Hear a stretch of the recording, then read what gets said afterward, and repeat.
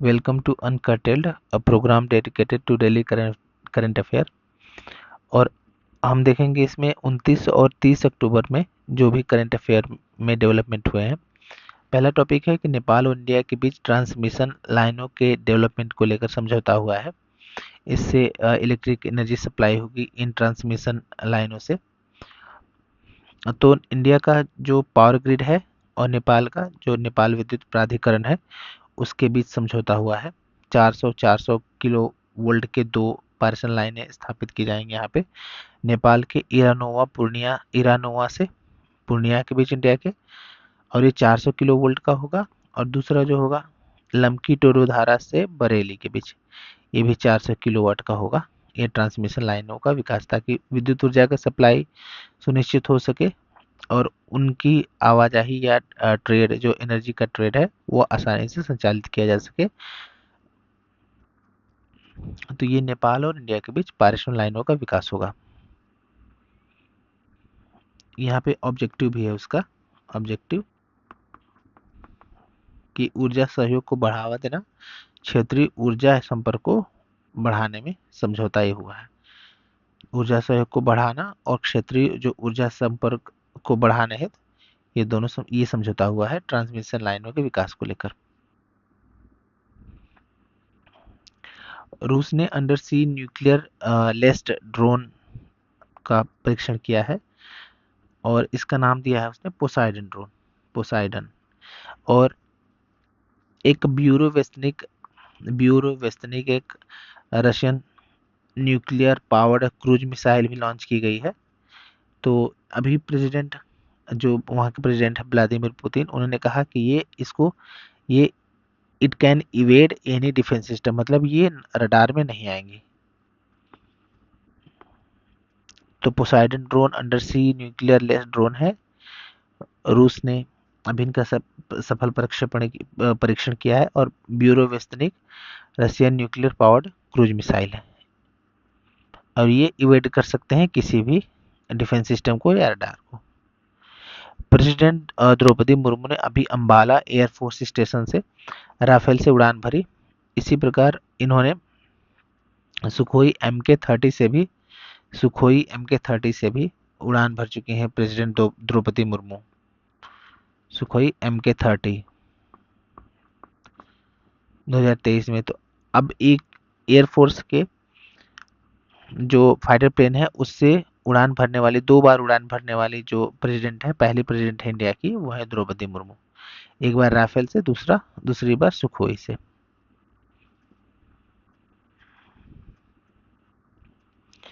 अभी इसरो जो launch vehicle MK3 है, लॉन्च व्हीकल या JSLV MK3 है, उससे अपने 5वें ऑपरेशन फ्लाइट में, LVM-3 के 5वें फ्लाइट में एक कम्युनिकेशन सैटेलाइट को लॉन्च करने वाला है जिसका नाम है GSAT-7R या CMS-03। GSAT-7R या CMS-03 ये मल्टी बैंड कम्युनिकेशन सैटेलाइट है और ओशियानिक जो इंडिया का ओशियानिक रीजन है पूरा, वो और इंडियन लैंड मास को कवर करेगा, ये निर्बाध सेवाएं देगा, खासतौर पे स्ट्रेटजी के पर्पज से या रणनीतिक रूप से। LVM जो MK3 है वो भारत का सबसे मजबूत लॉन्च व्हीकल है या सबसे हैवी पेलोड को स्पेस में स्थापित कर सकता है। पहला मतलब अगर ये यही MK3 जो LVM MK3 या लॉन्च व्हीकल MK3 है, अगर ये इसको लो अर्थ ऑर्बिट में किसी पेलोड को स्थापित करना होता है तो ये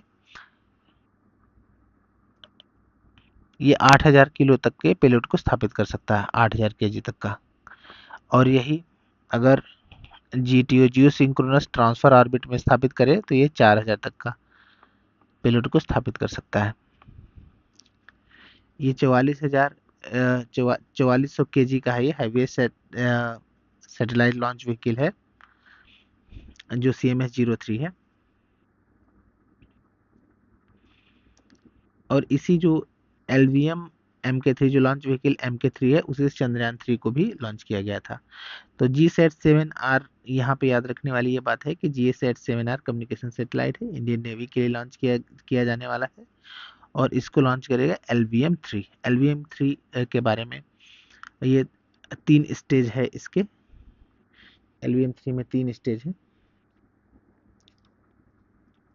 और पहले पहले जो पहला जो स्टेज है इसकी LVM3 की, पहले स्टेज में बॉटम स्टेज पे इसमें S200 बूस्टर लगेंगे। ये देख लेते हैं थोड़ा सा। S200 बूस्टर लगेंगे बॉटम 3 जो LVM3 का लॉन्च व्हीकल MK3 का जो पहला स्टेज है, ये 3 चरण वाला है। इसमें बॉटम स्टेज पर, यानी जो सबसे नीचे वाला स्टेज है, इसमें S200 बूस्टर्स स्ट्रैप लगे होंगे। और जो दूसरा, और जो इसमें एक तरीके से जो फ्यूल यूज होगा पहले स्टेज में, उसका नाम है hydroxyl terminated polybutadiene. Hydroxyl terminated polybutadiene, ये इसका फ्यूल है। और जो दूसरा स्टेज है इसका, यानी कोर स्टेज है, कोर स्टेज में इसमें विकास इंजन लगे होंगे। ये इसमें लिक्विड फ्यूल रहता है, इसमें विकास इंजन, और ये इसमें लिक्विड फ्यूल। मतलब जो इसका सेकेंड सेकेंड स्टेज है, सेकेंड स्टेज में ही विकास इंजन लगेंगे।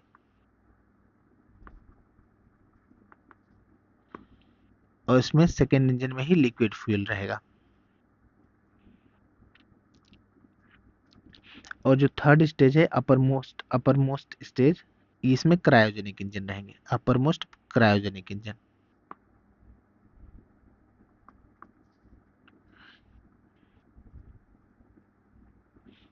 अगली जो न्यूज है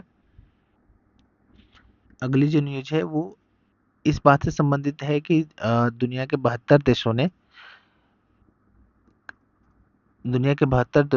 ने UN convention against against cyber crime पर समझौता किया है। मतलब कि एक ऐसे समझौते पर हस्ताक्षर किया है दुनिया के 72 देशों ने, हनोई वियतनाम की राजधानी हनोई में, कि जो साइबर क्राइम को लेकर लीगली बाइंडिंग, एक प्रकार से लीगली बाइंडिंग ग्लोबल कन्वेंशन को मंजूरी देती है। जो हनोई कन्वेंशन भी बोला जाता है, या UN convention against cyber crime. ऐसा कन्वेंशन है जो साइबर क्राइम को लेकर लीगली बाइंडिंग प्रतिबद्धताओं को दर्शाता है। हनोई कन्वेंशन या UN convention against cyber crime. इसमें 72 देश शामिल होंगे। 72 देश हस्ताक्षर किए हैं इस जो कन्वेंशन है उस पे। 25 अक्टूबर को साइन हुआ वियतनाम के हनोई में, इसलिए इसको हनोई कन्वेंशन भी बोलते हैं। ये फर्स्ट लीगली बाइंडिंग, मतलब कानूनी रूप से बाध्यकारी है, ग्लोबल कन्वेंशन है to prevent and adopt cyber by UNGA 2024। मतलब साइबर क्राइम को लेकर इस प्रकार की बाध्यकारी पहली कोई संधि है ये हनोई कन्वेंशन। इसको 2024 में यूएन ने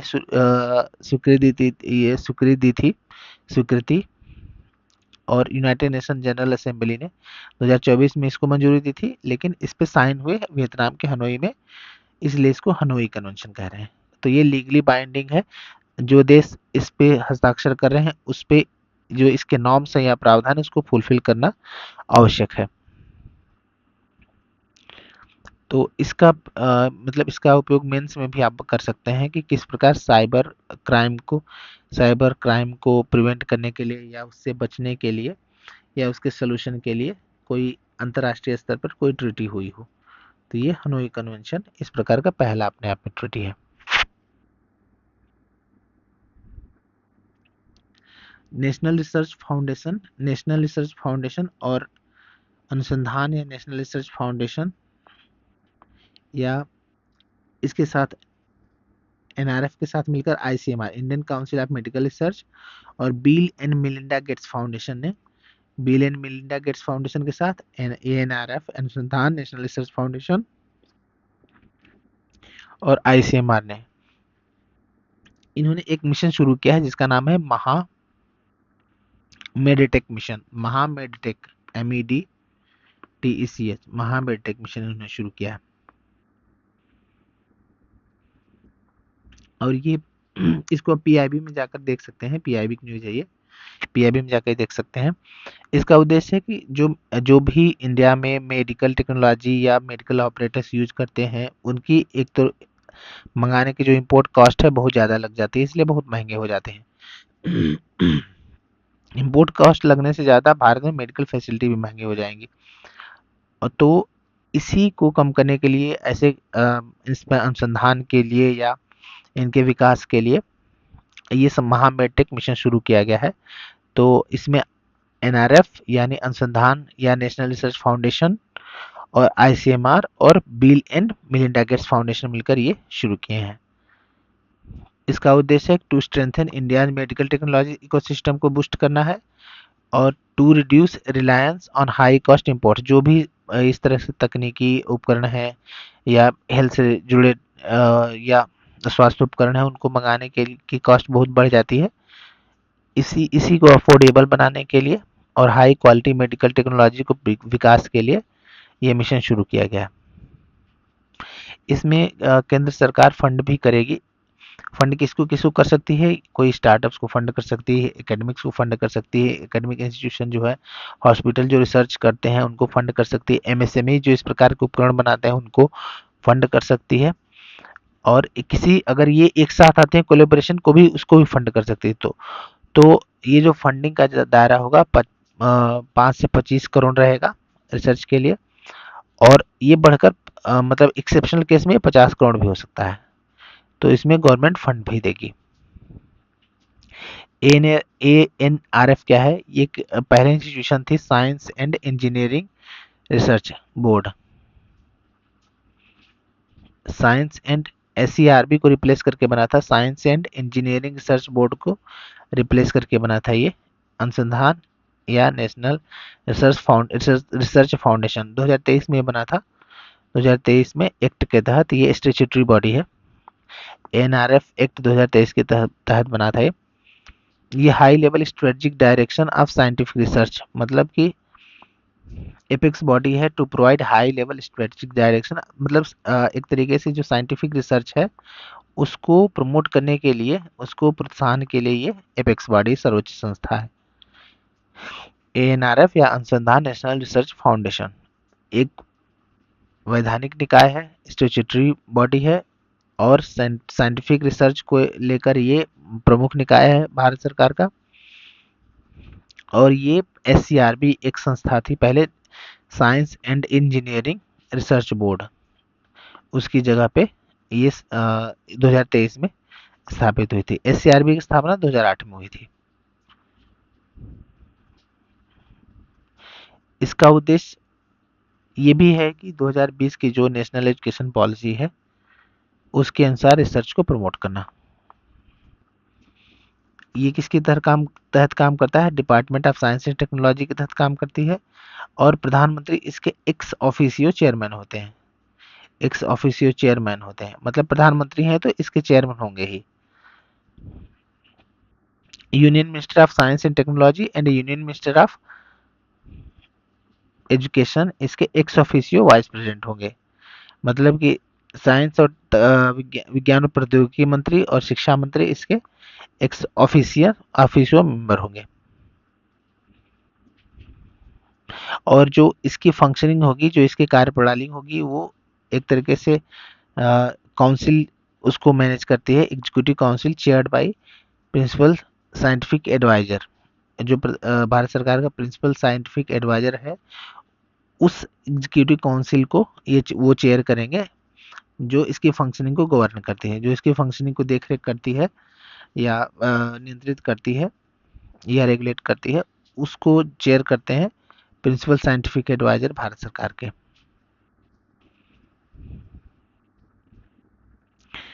बिरसा मुंडा ट्राइबल यूनिवर्सिटी का उद्घाटन किया प्रधानमंत्री ने गुजरात में। बिरसा मुंडा ट्राइबल यूनिवर्सिटी राजपीपला एक जगह है, तो गुजरात में उन्होंने उद्घाटन किया है बिरसा मुंडा ट्राइबल यूनिवर्सिटी का। बिरसा मुंडा का जो जन्मदिन मनाया जाता है 15 नवंबर को मनाया जाता है। इसी को जनजाति गौरव दिवस के नाम पर मनाया जाता है, बिरसा मुंडा का जो जन्मदिन है भगवान बिरसा का। और ये 2021 से मनाया जा रहा है।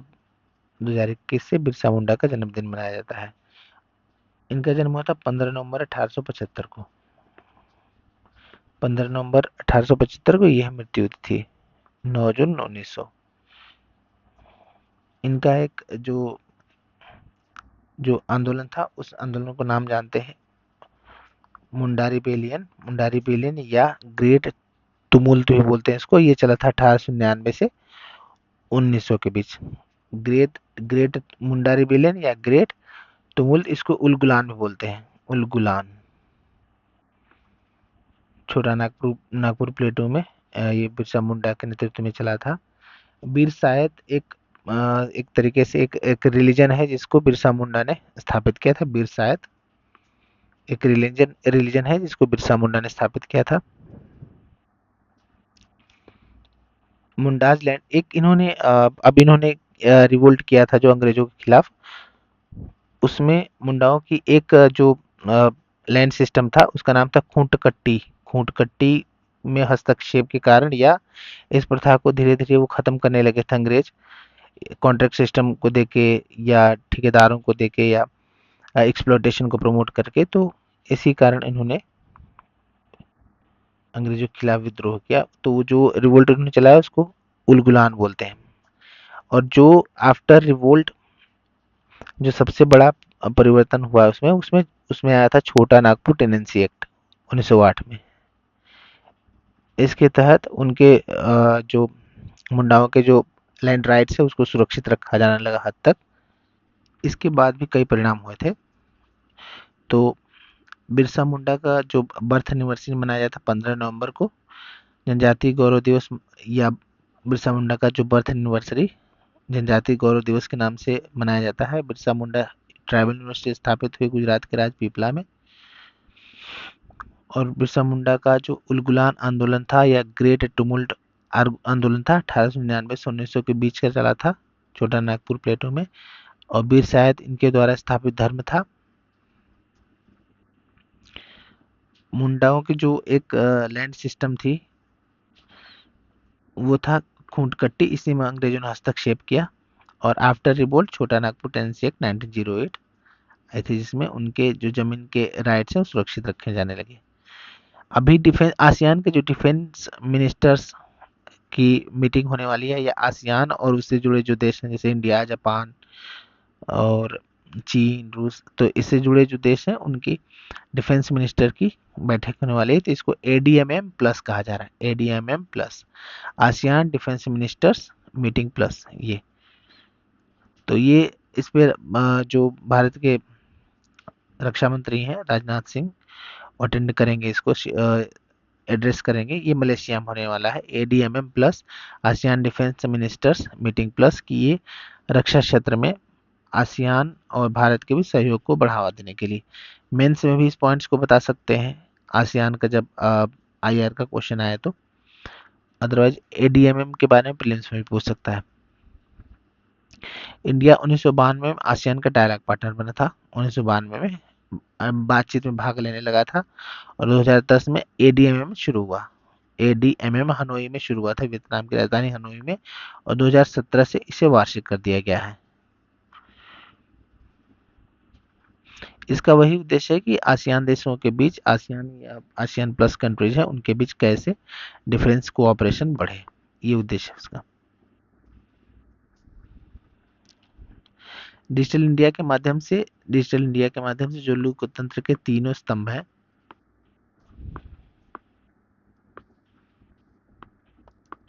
लोकतंत्र के डिजिटल इंडिया के माध्यम से लोकतंत्र के तीनों अंगों जुडिशियरी, एग्जीक्यूटिव और एक तरीके से लेजिस्लेचर के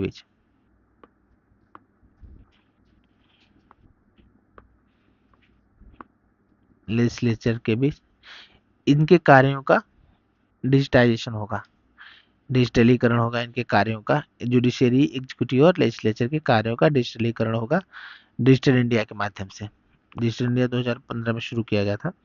तो डिजिटल इंडिया के माध्यम से जो लोकतंत्र के तीनों अंग है, जुडिशियरी, एग्जीक्यूटिव और लेजिस्लेचर, इनका इनका इनके कार्यों का डिजिटलीकरण किया जाएगा। मतलब पेपरलेस ही काम होंगे, पेपरलेस। ये बयान आया था संसदीय कार्य मंत्री जो किरण रिजिजू हैं उनका। तो विधानसभाओं या जो विधायिकाएं हैं भारत में, स्टेट की या संसद है, स्टेट की जैसे राज्य विधायिका है या विधानसभा, और केंद्र में संसद विधायिका के लिए, तो वहाँ पे उसको उनके फंक्शनिंग को पेपरलेस बनाने के लिए नेशनल ई विधान ऐप लॉन्च किया गया था। नेशनल ई विधान ऐप संसदीय कार्य मंत्रालय ने लॉन्च किया था। अभी इसका नेवा का थर्ड सेशन हुआ था दिल्ली में, इसलिए चर्चा में था। नेशनल ई विधान ऐप का जो थर्ड सेशन था वो नई दिल्ली में हुआ था, इसके कारण चर्चा में था। इसमें सभी विधायकों की कार्यवाही को पेपरलेस करना है, और इसमें 60% इंडियन गवर्नमेंट वो बूस्ट कर रही है अपनी एक तरीके से फंडिंग को, और 40% स्टेट्स मिलकर देंगे।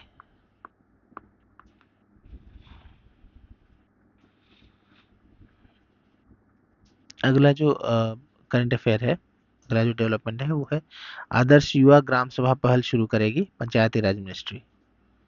ये आज की न्यूज है, अक्टूबर 30 की न्यूज है ये, कि आदर्श युवा ग्राम सभा पहल पंचायती राज मिनिस्ट्री ऑफ पंचायती राज, ये पंचायती राज मंत्रालय द्वारा ये शुरू किया जाएगा।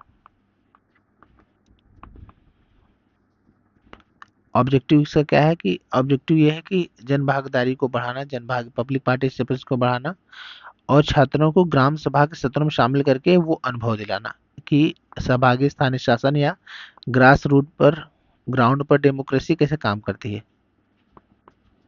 ग्राउंड पर डेमोक्रेसी या जो स्थानीय शासन है कैसे काम करता है, उन बातों को छात्रों के बीच पहुंचाना, ग्राम सभा में छात्रों के पार्टिसिपेशन को बढ़ाना। ये आदर्श युवा ग्राम सभा पहल शुरू की जाएगी पंचायती राज मंत्रालय द्वारा। शुरुआत देश भर के 1000 स्कूलों में पहले शुरू किया जाए पायलट के स्तर पर, उसके बाद शुरू होगा व्यापक स्तर पर। 56वें इंडिया इंटरनेशनल फिल्म फेस्टिवल, ये थोड़ा छोटा सा फैक्ट है। 56वें इंडिया इंटरनेशनल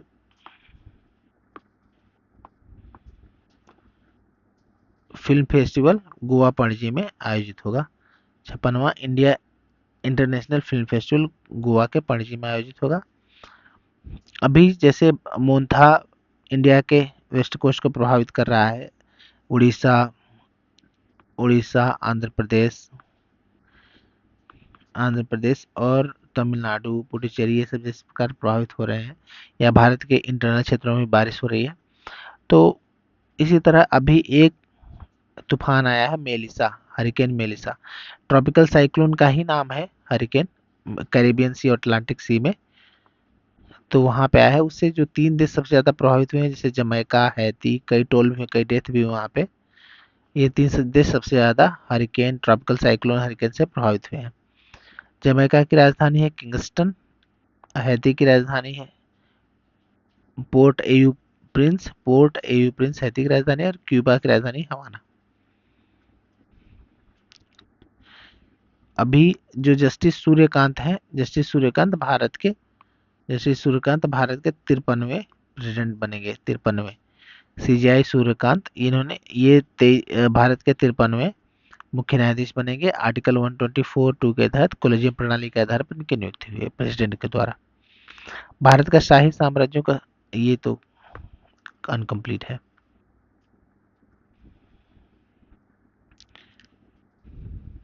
यूएसए ने इंडिया को अभी एक आज की न्यूज है, यूएसए ने इंडिया को चाबहार पोर्ट के संचालन के लिए 6 मंथ के प्रतिबंधों में छूट दी है। चाबहार पोर्ट ओमान की खाड़ी के पास ईरान में है, ये न्यूज है। चाबहार पोर्ट ईरान के खाड़ी के पास ईरान में है, और यूएस ने इस पर प्रतिबंध लगा दिया था, और अब 6 महीने के लिए प्रतिबंधों में छूट दी है। इंडिया इससे पाकिस्तान को बाईपास करके अफगानिस्तान और सेंट्रल एशिया में कनेक्ट कर सकता है चाबहार पोर्ट के माध्यम से। ईरान के south eastern gulf of Oman के कोस्ट पर है ये। गल्फ ऑफ ओमान के कोस्ट पर याद करने वाली बात है ये।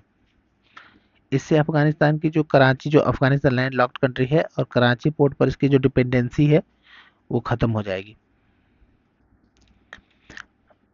एक मठ है सेंगचेन चोकर चोकर मोनेस्ट्री है, मठ, बौद्ध मठ है ये भूटान में है। अभी 4 सदस्यीय दल, निर्मला सीतारमण जो फ्रांस की जो फिनेंस मिनिस्टर हैं, उनके अध्यक्षता में ये गई हैं भूटान में, और उनकी यात्रा सैंगचेन चोकर मोनेस्ट्री या मठ से शुरू हुई है, इसलिए ये मठ इम्पोर्टेंट है। एक साहित्य अकादमी ने एक बुक लॉन्च किया है, ट्रांसलेशन है बेसिकली, ये हिंदी में ट्रांसलेशन। भारत और लिथुआनिया के बीच साहित्य और सांस्कृतिक सहयोग बढ़ाने के लिए एक बुक है जिसका नाम है द लास्ट डे नॉवेल है ये, द लास्ट डे। इसका अनुवाद किया है साहित्य अकादमी ने। तो ये इंडोनेशिया, ये लिथुआनिया और यूक्रेनियन एक लेखक हैं, यारोस्लावास अले अले मेलानिकस या यारोस्लावास मेलानिकस, इनकी बुक है द लास्ट डे। और लिथुआनिया और इंडिया के बीच जो साहित्यिक और सांस्कृतिक जो सहयोग है उसके आदान प्रदान के तहत इसका अनुवाद हुआ है। इसका अनुवाद किया है हिंदी से इंग्लिश रेखा सेठी ने, और ये बुक किसकी है? यारोस्लावास मेलेनिकस की बुक है। द लास्ट डे बहुत इंपॉर्टेंट बुक है, अंतिम दिन। तो ये आज के करंट अफेयर हैं।